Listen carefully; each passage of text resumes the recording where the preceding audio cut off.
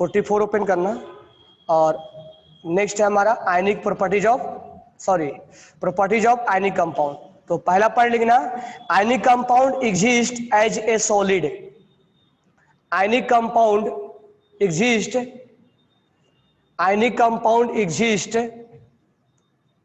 As a solid. Ionic compound exist as a solid. Ionic compound exists as a solid due to a strong electrostatic force of attraction. Due to a strong electrostatic force of attraction.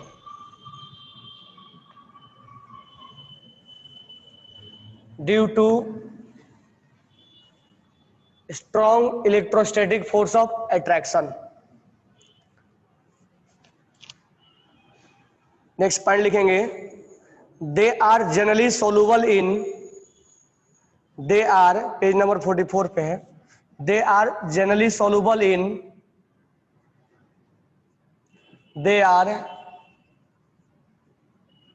Generally soluble in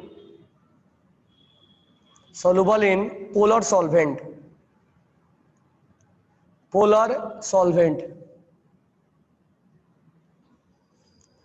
which has high dielectric constant, which has high value of dielectric constant. The solubility of ionic compound decrease. The solubility of ionic compound. The solubility of ionic compound decrease with increase in covalent character. With increase in covalent character of ionic compound.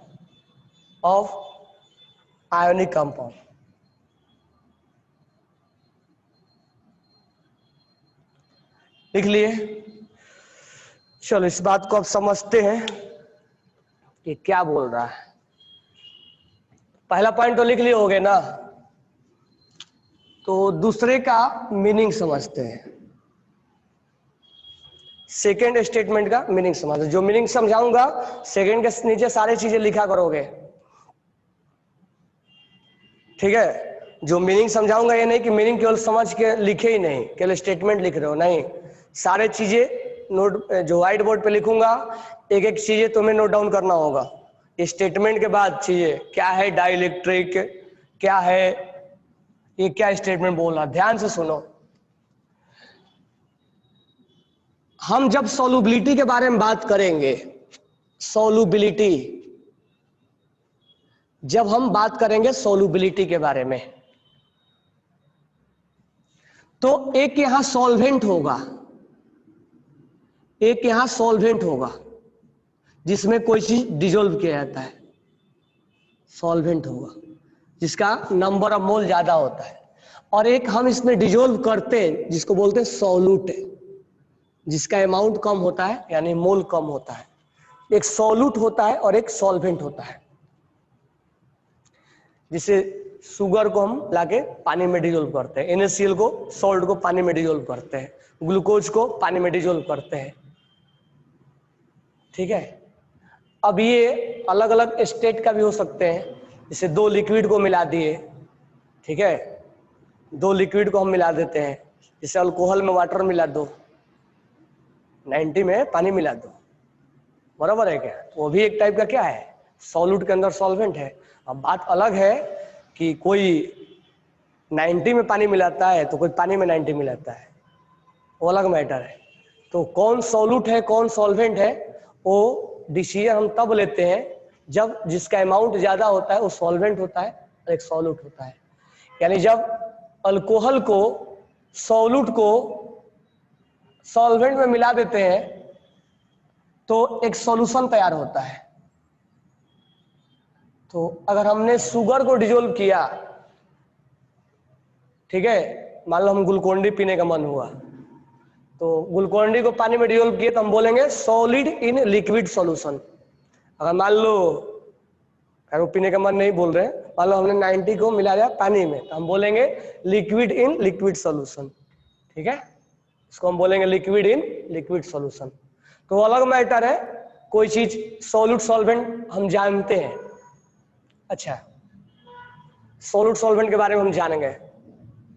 अब कोई चीज आता है इसके अंदर dissolve हो जाता है, कोई चीज आ रहा है डिजोल्व हो जा रहा है, उसका मतलब क्या हुआ? हमने NaCl को डाला और आके डिजोल्व हो गया। NaCl को हमने डाला और आके डिजोल्व हो गया, ऐसे क्या हो गया? कुछ तो हुआ होगा उसके अंदर, कुछ तो हुआ होगा उसके अंदर जो डिजोल्व हो गया होगा। तो मान लो हमने NaCl के अंदर डाला पानी के अंदर, ये NaCl के अंदर ये जो बॉन्ड बनाए हैं, अब पानी के अंदर डालते ही, वाटर के अंदर डालते ही ये क्या हो जाते हैं? Na+ और Cl में ब्रेक हो जाते हैं। ये दोनों जो पहले मिले हुए थे वो दोनों आयोनाइज हो जाते हैं, दोनों अलग अलग हो जाते हैं, इनका बॉन्ड ब्रेक हो जाता है और इनका बॉन्ड यहां पर ब्रेक हो जाता है और ये पानी में डिजोल्व हो जाते हैं। वाटर जो इसके ऊपर आया होगा इसके कांटेक्ट में, तो वाटर इसके ऊपर फोर्स लगाया होगा, फोर्स लगा के इनके बॉन्ड को तोड़ने की कोशिश किया होगा, तोड़ने की कोशिश किया होगा। अभी फिलहाल मैं बता दे रहा हूं, इसके अंदर जो सॉलिड है, ये जो सॉलिड के अंदर जो एनर्जी होता है और लैटिस एनर्जी होता है, बाद में इसको डिफाइन करेंगे, लैटिस एनर्जी के बारे में हम पढ़ेंगे। लेकिन यहां पर मेरा कहना ये है कि जो सॉलिड होता है उसके अंदर जो एनर्जी होता है लैटिस एनर्जी होता है, और इसके अंदर जो एनर्जी होगा उसको हम बोलते हैं हाइड्रेशन एनर्जी। इसके बारे में हम पढ़ेंगे, हाइड्रेशन एनर्जी। दो यहां एनर्जी के नाम हमने लिया, हालांकि इसके बारे में हम सेपरेट सेपरेट पढ़ेंगे। अच्छा, वाटर जो है वो सॉल्वेंट है, वाटर जो है वो सॉल्वेंट है और ये जो है वो सॉल्यूट है। तो एक सॉल्वेंट ने सॉल्यूट के ऊपर फोर्स लगाया होगा, उसके बॉन्ड को तोड़ दिया होगा। तो जो फोर्स इसने लगाया होगा उस फोर्स को हम बोलते हैं डाई इलेक्ट्रिक कांस्टेंट। यानी सॉल्वेंट ने अगर फोर्स लगाया तो उसको हम बोलते हैं ये डाई इलेक्ट्रिक, फिजिक्स के टर्म में डाई इलेक्ट्रिक कांस्टेंट के नाम से जानते हैं। यानी डाई इलेक्ट्रिक कांस्टेंट कुछ भी और कुछ भी नहीं है, जो वाटर इसके कांटेक्ट में आते ही इसने इसके ऊपर जो फोर्स लगाया होगा, जो इसको तोड़ने में अपना फोर्स लगाया होगा, उस फोर्स को हम डाई इलेक्ट्रिक के नाम से जानते हैं। और वाटर का डाई इलेक्ट्रिक सबसे हाईएस्ट होता है, लगभग 82 के आसपास होता है। डाई इलेक्ट्रिक कांस्टेंट लगभग 82 के आसपास होता है। ठीक है, तो डाई इलेक्ट्रिक कांस्टेंट पूरे सॉल्वेंट में सबसे हाईएस्ट वाटर का होता है। यानी वाटर के पास इसको तोड़ने की क्षमता होना चाहिए, तोड़ने की क्षमता सबसे ज्यादा होता है। अब कोई चीज पानी में सॉल्युबल है, कोई चीज पानी में सॉल्युबल है, तो सॉल्युबिलिटी के लिए क्या क्या कंडीशन होना चाहिए? सॉल्युबिलिटी के लिए क्या क्या कंडीशन होना चाहिए? क्या क्या एक चीज पानी के अंदर, अब ऐसा तो नहीं है ना कि हर चीज पानी के अंदर डाल देंगे टूट जाएगा, ऐसा तो नहीं है ना। तो पानी के अंदर टूटने के लिए क्या क्या कंडीशन होना चाहिए? तो मैं एक पहला कंडीशन लिखवा रहा हूं जो बाद में इसको डिस्क्राइब करेंगे। Hydration energy, hydration energy, hydration energy is greater than lattice energy. ये अभी लिख लो, अभी समझ में नहीं आएगा क्या है, बट अलग से मैं टीच करूंगा इसको। Hydration energy is greater than and equal to lattice energy. Second point ये है, अब मान लो हमने इस मार्कर को पानी में डाल देंगे तो ये डिजोल्व नहीं होगा। इसका मतलब ये हुआ कि इसका लाइटिस एनर्जी ज्यादा है, इसके अंदर एनर्जी बहुत ज्यादा है, इसलिए पानी फोर्स जब लगाया होगा दूसरा तो उसको टूट नहीं हो पाया, ब्रेक नहीं हुआ होगा। दूसरा जो है वो इस सॉल्वेंट का डाई इलेक्ट्रिक कांस्टेंट हाई होना चाहिए, ताकि ये जब फोर्स लगाए तो ये टूट जाए। ऐसा नहीं कि फोर्स लगाए और टूटे ही नहीं, तो टूटेगा ही नहीं तो डिजोल्व नहीं होगा। तो हाई डाई इलेक्ट्रिक कांस्टेंट होना चाहिए। एक पानी में डिजोल्व होने के लिए हाई डाई इलेक्ट्रिक कांस्टेंट होना चाहिए।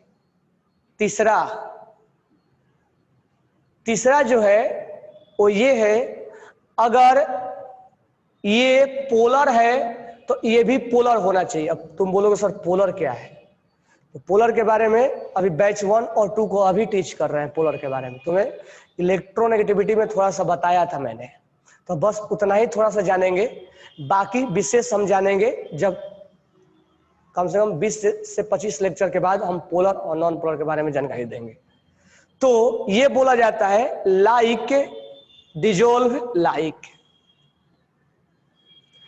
डिजोल्व लाइक डिजोल्व का लाइक का मतलब क्या होता है, अगर सॉल्वेंट और सॉल्यूट है, अगर सॉल्वेंट पोलर है तो सॉल्यूट भी पोलर होगा, तभी वो डिजोल्व होगा। यानी लाइक है। अगर ये नॉन पोलर है और ये नॉन पोलर है तो भी ये डिजोल्व होगा, तभी ये क्या होगा, डिजोल्व होगा।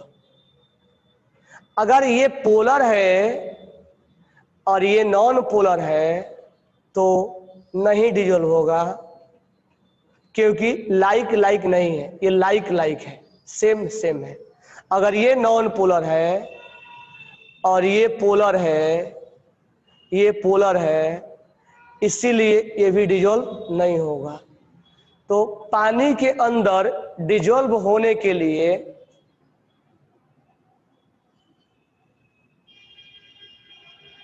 हाँ, ज्ञात्री ने बोला है कि वाटर इज ए पोलर, बताया था ना। तो वाटर बस हम उतना ही पोलर का नाम लेंगे जितना हमने बताया था।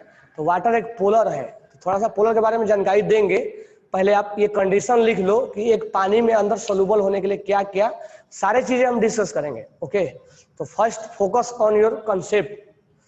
तो एक पानी के अंदर सोल्यूबल होने के लिए क्या क्या कंडीशन है, तो हाइड्रेशन एनर्जी ज्यादा होना चाहिए। हम बाद में बात करते हैं हाइड्रेशन एनर्जी क्या है।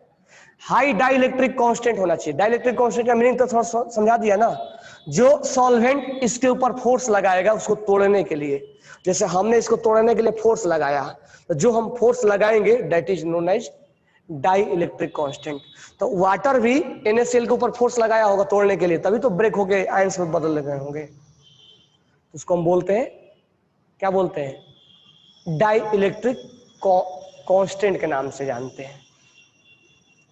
तीसरा, लाइक डिजोल्व लाइक, यानी सॉल्यूट और सॉल्वेंट दोनों सेम होना चाहिए। पोलर और पोलर चलेगा, नॉन पोलर और नॉन पोलर चलेगा, एक पोलर और एक नॉन पोलर नहीं चलेगा, एक नॉन पोलर एक पोलर नहीं चलेगा।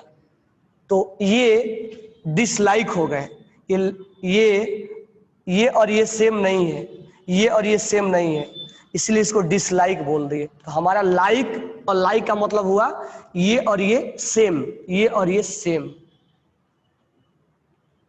ठीक है, तो ये हमारा एक कंडीशन है।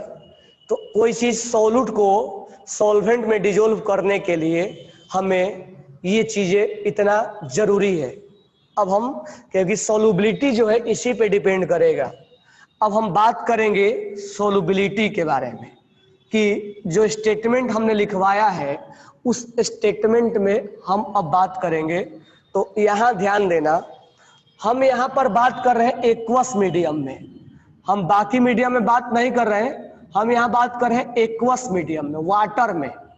तो वाटर में जब हम बात करेंगे H2O में, तो वाटर एक पोलर होता है, वाटर एक पोलर सॉल्वेंट होता है। तो मैं पोलर का मीनिंग थोड़ा बहुत बताया था कि वाटर पे पार्शियल पॉजिटिव और पार्शियल नेगेटिव क्रिएट होता है। तो ऐसा जब क्रिएट होता है, मैं इलेक्ट्रोनेगेटिव में थोड़ा सा टीच किया था, तो इसलिए ये पोलर कहलाता है, पोल क्रिएट हो गया। तो याद रखना, water is a polar solvent, water is a polar solvent, इतना याद रखना। अब ध्यान देना दूसरा पॉइंट। तो हमारा सॉल्वेंट के बारे में तो ध्यान हो गया कि सॉल्वेंट क्या है, सॉल्वेंट क्या है उसके बारे में हमने सोच लिया। अब हम थोड़ा सा सॉल्यूट के बारे में सोचते हैं। अच्छा, हम सॉल्यूट जो यहाँ पढ़ रहे हैं वो आयनिक कंपाउंड पढ़ रहे हैं, आयनिक कंपाउंड पढ़ रहे हैं। अब आयनिक कंपाउंड क्या होगा, या तो NaCl होगा, या तो KCl होगा, या RbCl होगा, या CaCl होगा, यानी ये सॉलिड फॉर्म में होते हैं और इन पे भी चार्ज होता है। तो एक चीज और याद कर लेना कि जितने भी आयनिक कंपाउंड होते हैं वो सब के सब पोलर होते हैं, सब के सब क्या होते हैं, पोलर होते हैं। तो इसीलिए एक आयनिक कंपाउंड वाटर के अंदर डिजोल्व हो जाता है, क्योंकि लाइक डिजोल्व लाइक होता है, यानी दोनों सेम कैटेगरी के हैं। वाटर भी एक पोलर है और आयनिक भी एक पोलर है, ठीक है। अब हम बात करते हैं, एक हम और सॉल्वेंट के बारे में लेते हैं। हम एक सॉल्वेंट लेते हैं बेंजीन, बेंजीन भी एक सॉल्वेंट है। तो बेंजीन के बारे में हम डिस्कस बाद में करेंगे, बस यहाँ पर इंफॉर्मेशन देंगे। C6H6 बेंजीन है ये। अब बेंजीन जो होता है वो नॉन पोलर होता है। कैसे नॉन पोलर होगा वो हम बाद में बात करेंगे। नॉन पोलर होगा जब अभी बैच 1-2 को जो अभी डिस्कस कर रहे हैं, मतलब 25 लेक्चर के बाद यहाँ पर हम आएंगे।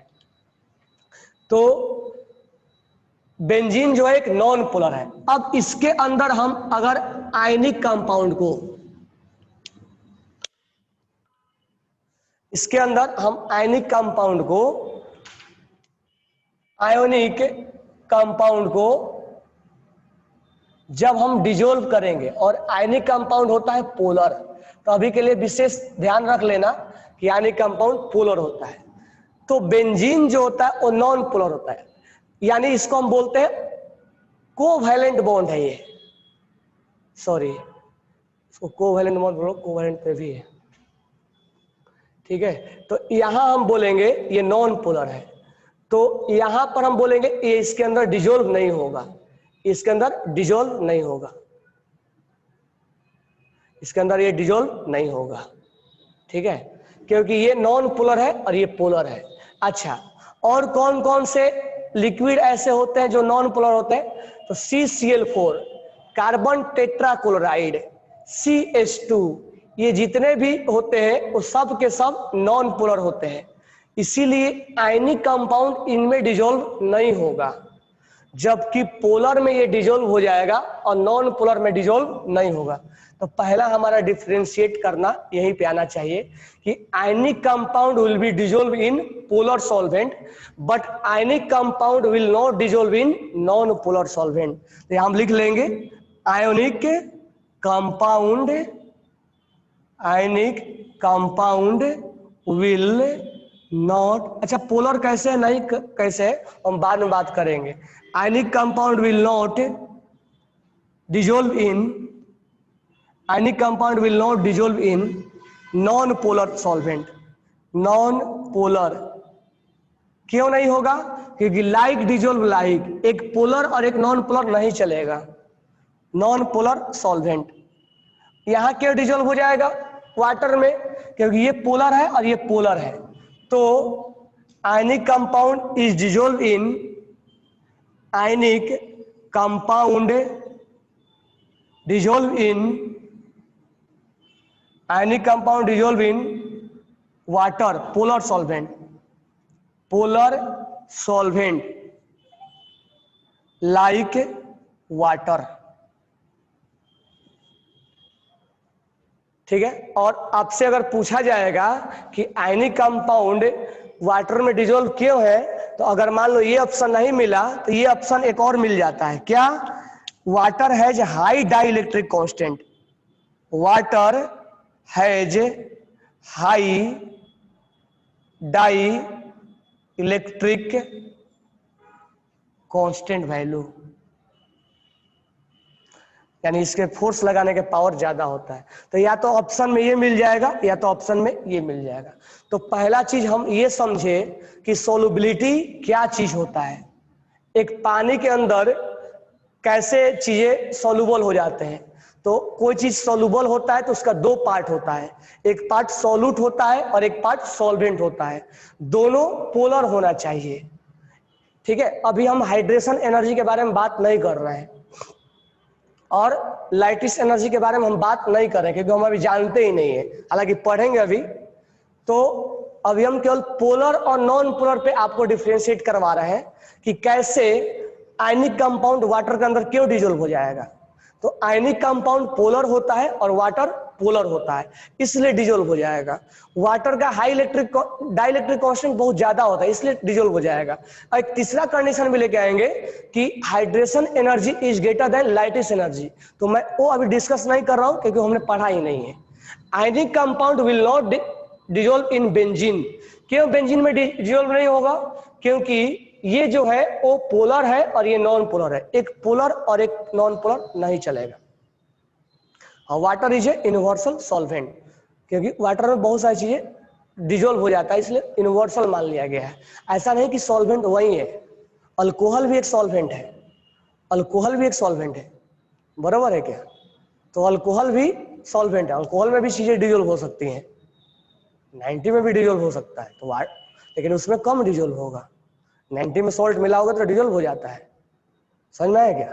तो वाटर ऐसा नहीं कि सॉल्वेंट एक ही है, वाटर यूनिवर्सल सॉल्वेंट तो है क्योंकि उसमें बहुत सारी चीजें डिजोल्व हो जाती है, लेकिन 90 भी तुम्हारा एक सॉल्वेंट है, बेंजीन भी सॉल्वेंट है, CCl4 भी सॉल्वेंट है, CH2 भी सॉल्वेंट है, ऐसा नहीं कि सॉल्वेंट एक ही है।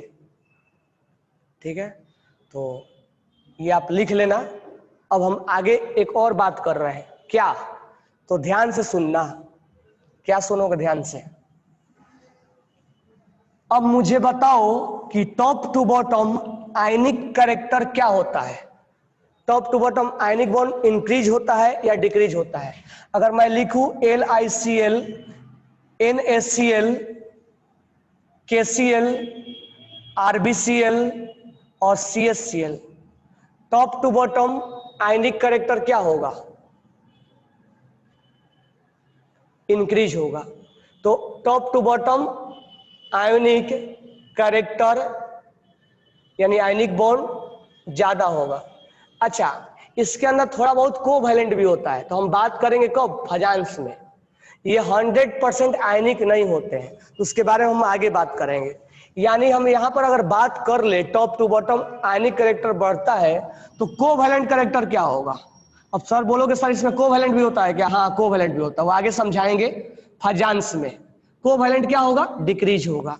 यानी जब इसमें आयनिक ज्यादा है तो कोवैलेंट क्या होगा? डिक्रीज होगा। दोनों कैरेक्टर होता है, वो आगे हम समझाएंगे।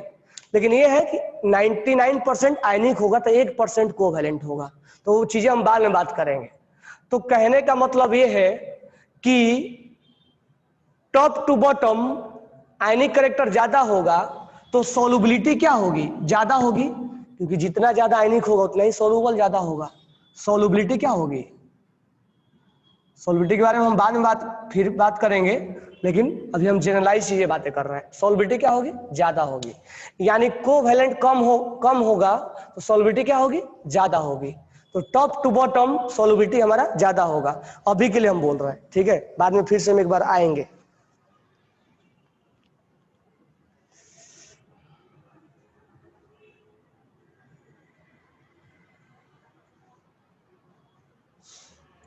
ठीक है, अब यहां पर हमने लाइन क्या लिखवाया था आपको?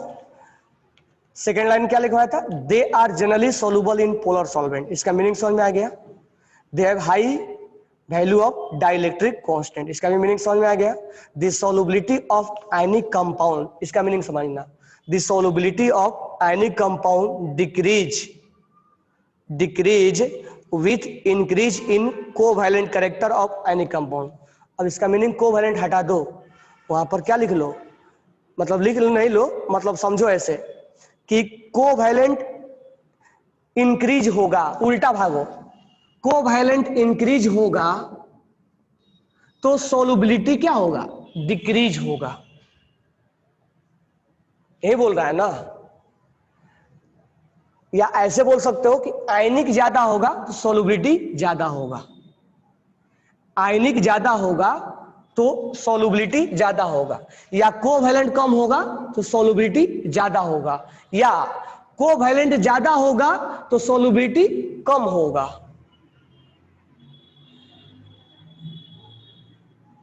समझ में आ गया ना। शशांक संस्कृति व्हाट इज 90, 90 तुम्हारे महाराष्ट्र में 90 यूज होता है ना, हमारे तो यूज नहीं होता, हम तो यहाँ सुने हैं, महाराष्ट्र में ज्यादा लोग बोलते हैं उसको 90।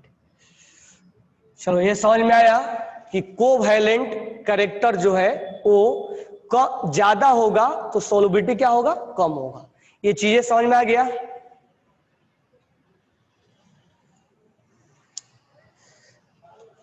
Alcohol 90 means alcohol. अब हम आते हैं नेक्स्ट पॉइंट पे। नेक्स्ट पॉइंट क्या है हमारा,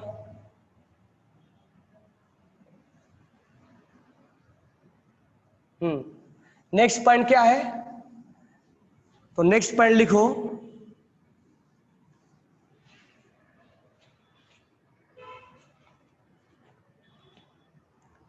नेक्स्ट पॉइंट जो है हमारा वो है generally high lattice energy salt are lesser soluble. इसको अभी अभी समझाया, अभी लैटिस एनर्जी नहीं समझाया हूं, बट ये जरूर बताया हूं कि लैटिस एनर्जी अगर ज्यादा रहेगा, लैटिस एनर्जी का मतलब इतना समझ लो कि इसके अंदर सॉलिड के अंदर एनर्जी, इसके अंदर एनर्जी कम रहेगा तब ना सॉल्युबल होगा, इसके अंदर एनर्जी ज्यादा रहेगा तो कहाँ पानी में डिजोल्व नहीं होगा, वो इनसॉल्युबल हो जाएगा। तो नेक्स्ट पॉइंट लिख लेना कि generally high lattice energy salt are lesser soluble, are lesser soluble. ठीक है, नेक्स्ट पॉइंट लिखना, यहाँ एग्जाम्पल लिखा है, हम एग्जाम्पल आगे समझाएंगे। नेक्स्ट लिखना हाई, यहाँ हीट ऑफ हाइड्रेशन लिखा है, उसको हम बोलते हैं hydration energy. High hydration energy more soluble, high hydration energy more soluble, high hydration energy more soluble, high hydration energy more soluble, high hydration energy more soluble. ठीक है, next जो है ionic compound are good electrical conductor in molten state और in aqueous solution. Ionic compound are good electrical conductor and electrical conductor in molten state और in aqueous solution. तो अब हम आगे प्रॉपर्टीज लिखवाने के पहले अभी हम कल आपको बताएंगे कि पानी में डिजोल्व होने के बाद, जैसे NaCl को पानी में डिजोल्व कर दिया गया, तो पानी में डिजोल्व होने के बाद ये Na+ और Cl- में ब्रेक हो जाता है, केटाइन और एनाइन में ब्रेक हो जाता है। और आप पढ़े हुए थोड़ा सा कैथोड और एनोड, जो कैथोड एनोड में यहाँ पर अगर सर्किट हम जोड़ते हैं तो यहाँ पर सर्किट को क्लोज करने का काम आयंस करते हैं। जो आयंस होते हैं वो चार्ज को कैरी करते हैं, यानी जब हम आयनिक कंपाउंड को डिजोल्व करते हैं तो वो आयंस में ब्रेक हो जाते हैं। जब आयंस में ब्रेक हो जाते हैं तो वही जो है वो चार्ज को, करंट को कैरी करते हैं, सर्किट क्लोज करने का काम करते हैं। तो इसके बारे में हम कल विशेष चीजें बताएंगे। ठीक है, इतना तो तुम लोग जानते होते हैं क्लास में, इसके आगे हम कल बताएंगे कि क्या क्या किया होगा इसके अंदर, कैसे कैसे चार्ज को कैरी किया होगा, कैरी किया होगा तो उसका नाम क्या देंगे हम। ठीक है, ये कल इसके बारे में हम कि कौन कंडक्ट, कौन जो है वो